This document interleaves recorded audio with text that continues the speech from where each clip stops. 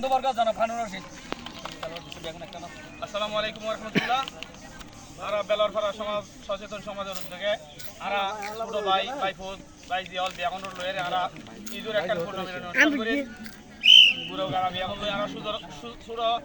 ভাই চলার সহলই অর্থাৎ সারাদিন ব্যাপী ঈদ টুর্নামেন্ট অনুষ্ঠান আজ সকালে তোনারাতে গুরো ফেয়ালর গুরো মেহফলর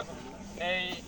একদম দৌড়াদৌড়ি খেলা হইতে লয়েরে কাবাডি খেলা হইতে লয়েরে আর বিভিন্ন খেলা হই এই পর্যায়ে আর এই পাড়ার আর সমবয়সী কিছু ভাইল আছে বন্ধু বান্ধব আছে যারা ভাই পুতল আছে এবং আর এই ছোট ভাইল আছে বিয়াগুন লইয়ের এখন ফুটবল খেলা আর দ্বিতীয় পর্ব শুরু করি আর দ্বিতীয় পর্ব যেমন নজর করে আর এই ইয়াং করি আর ওনারা বিয়াগুন এই ভবিষ্যতে আরো যারা সুন্দর করি আর পুরো সমাজ যেন একসাথে থাকি পারি এইভাবে আমরা আমার কাছে একটা প্রত্যাশা করি আর যারা খেলা অবশ্যই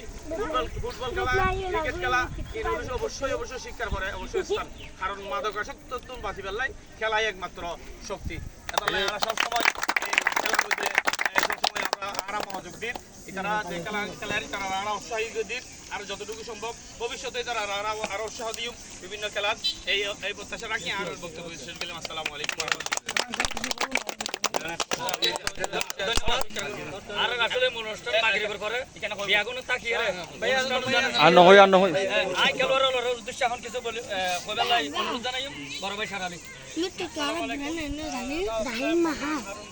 বেগুন হয়ে গিয়ে বেগুন একটু সমাজ ধরনের কিছু নয় কারণ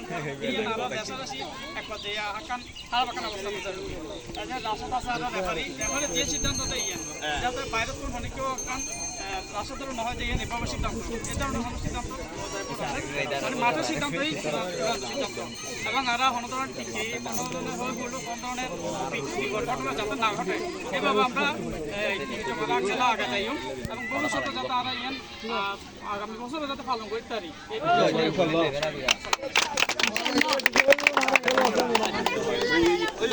আচ্ছা এ পর্যায়ে আমি খেলাতে পরিচিত হওয়ার জন্য সবাইকে অনুরোধ জানাচ্ছি।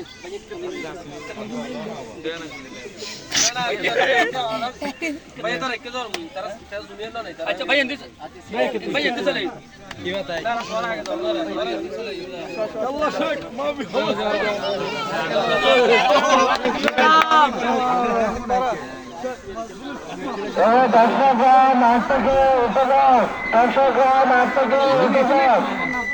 আছে তারা